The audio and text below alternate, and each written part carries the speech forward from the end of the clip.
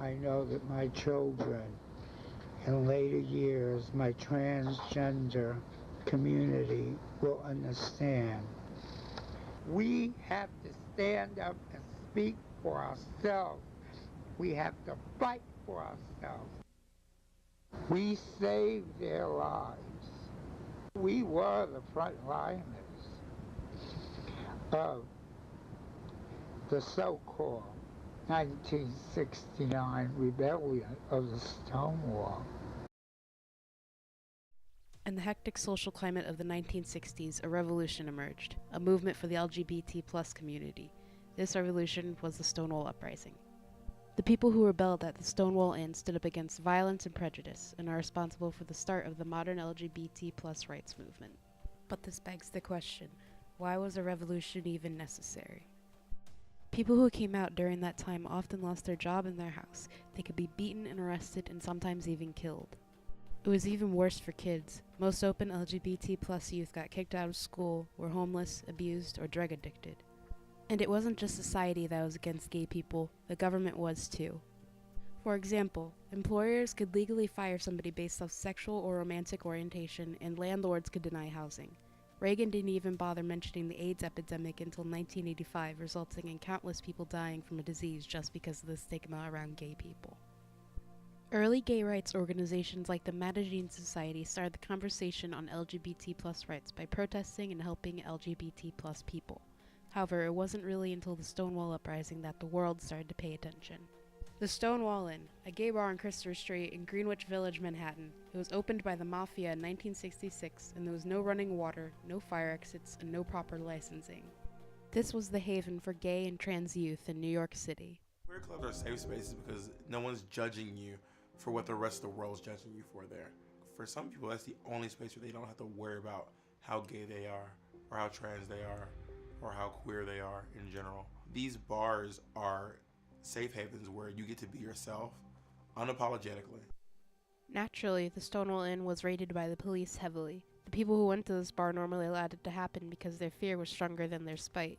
However, on the night of June 28, 1969, things were different. When the police came into the Stonewall Inn, the patrons started to fight back. Most gay people back then, if they had any kind of a job, they were scared to death of even being found out to be gay. We had nothing, so we had nothing to lose. When the police came in that side, my friends and I kicked the plywood door out here, and we got out on the street before the cops blocked it. Outside, there was maybe 30, 40 people. Within a few hours, there was a couple of hundred people. A couple of hours later, it was close to 900 people out there. The police admitted they were afraid to leave the building. There was a very young man standing against the wall, and the cop pushed the man. It took 2 cops to stop that guy from beating up the policeman, and then it turned out to be a lesbian with a mustache. Her name was Stormy DeLevere. That started most of the rebellion inside. Outside, we broke the windows with rocks, bottles, anything we could find to throw. After we ran out of things to throw and run and everything, we started lighting the garbage cans, and we threw the lit garbage cans in the building to burn the bar down with the police in it. On the same night, 2 activist trans queens of color named MARSHA P. Johnson and SYLVIA Rivera were at the Stonewall Inn celebrating MARSHA's birthday. And when the corrupted police had the audacity to crash MARSHA's party, she was the first to throw a shot glass at them, the so-called shot glass heard around the world. The fighting went long into the night. By about 4 a.m., the police successfully cleared the streets, but it wasn't over. Over the next few nights, people started more riots, and over the following weeks, fights broke out all over Greenwich Village between gay people and the police. This was only the beginning of the long fight for LGBT rights. As tensions rose, the people of Stonewall and others began to use their frustration to bring about change. She just didn't nod or acknowledge you. She turned around and said hello. She was always like that, which gave you a chance, even fleetingly, to know her. She was warm. So everybody knew Marsha, and no one had anything bad to say about Marsha. Marsha was really well liked. Maybe she'd take her last $10 and go out the door and come back 20 minutes later with this big bouquet, $10 worth of flowers. And I'd say, Marsha, what are you doing wasting your last $10 on flowers? And she'd go in my back room and be putting them in her hair and making this incredible arrangement. Two key figures in this continued fight for equality are Marsha P. Johnson and Sylvia Rivera. In the years following the Stonewall Uprising, they founded the Street Transvestite Action Revolutionaries, which was an organization meant to keep LGBT+ youth, primarily black trans women and drag queens, off the streets and to give them support. These two women also helped organize the first Pride rally. On June 28, 1970, the parade marched 51 blocks from Christopher Street to Central Park to commemorate the Stonewall Uprising and to bring awareness to the struggles of the LGBT+ community. More cities followed suit and held their own Pride parades, and because of this, June became known as Pride Month, a month to celebrate and support the LGBT+ community. Marsha and Sylvia fought for gay liberation for most of their lives, trying to make life better for themselves and for others. However, Sylvia had a mixed relationship with the rights movement. After the initial fighting at Stonewall, the movement quickly turned into a fight just for the rights of white gay men and women. This caused the exclusion of transgender people and people of color.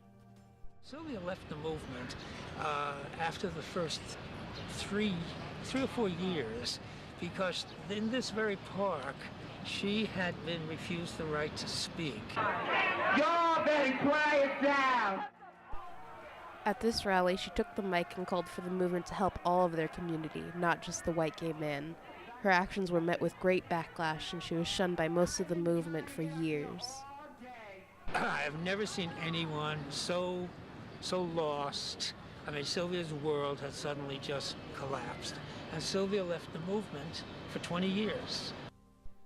In the 90s, she joined the movement again and fought until she died from liver cancer in 2002. She is now known as the person who put the T in LGBT.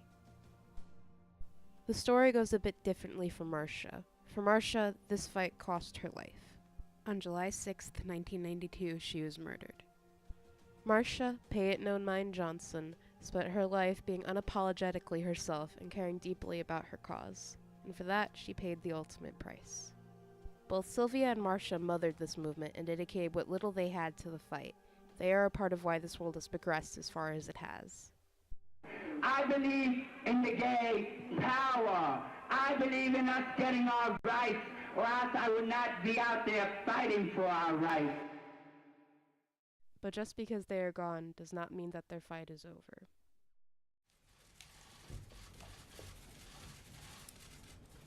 Today, as Americans, we grieve the brutal murder, a horrific massacre of dozens of innocent people. At least 50 people were killed by a gunman at a gay nightclub in what is being described as a terrorist attack.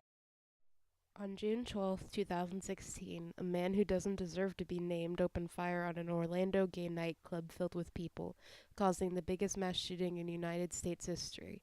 49 died. But in the wake of this atrocity, the world didn't react with apathy or hate like it would have been before Stonewall, but with love.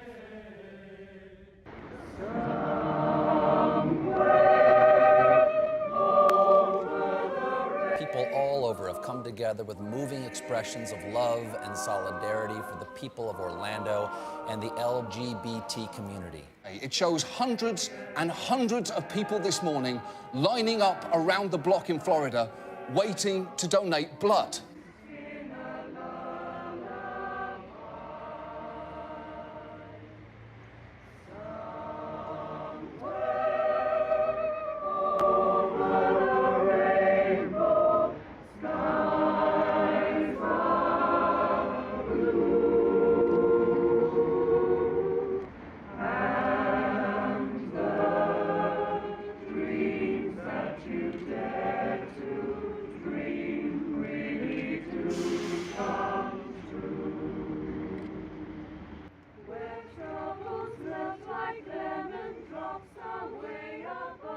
And in the midst of all of this, people from all over the world returned to the Stonewall Inn to stand together.